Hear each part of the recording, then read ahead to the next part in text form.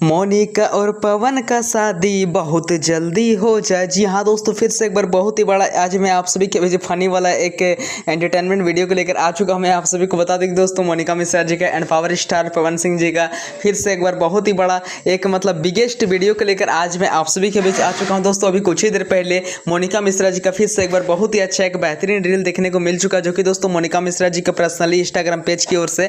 और दोस्तों इतना अच्छा एक्ट किए ना दोस्तों कि आप लोग भी देखिएगा ना ये रील को तो कम से कम तो नहीं 3 से 4 बार देखने को मन करेगा। इतना अच्छा एक्शन किए मोनिका मिश्रा जी। और दोस्तों लग रहा है कि अब Monika Mishra ji and power star Pawan Singh ji really में करीब होने ही वाले। देखिए दोस्तों कैप्शन में इतना अच्छा वर्ड दिया गया है कि आप सभी सुनकर ना एक्साइटमेंट हो जाइएगा।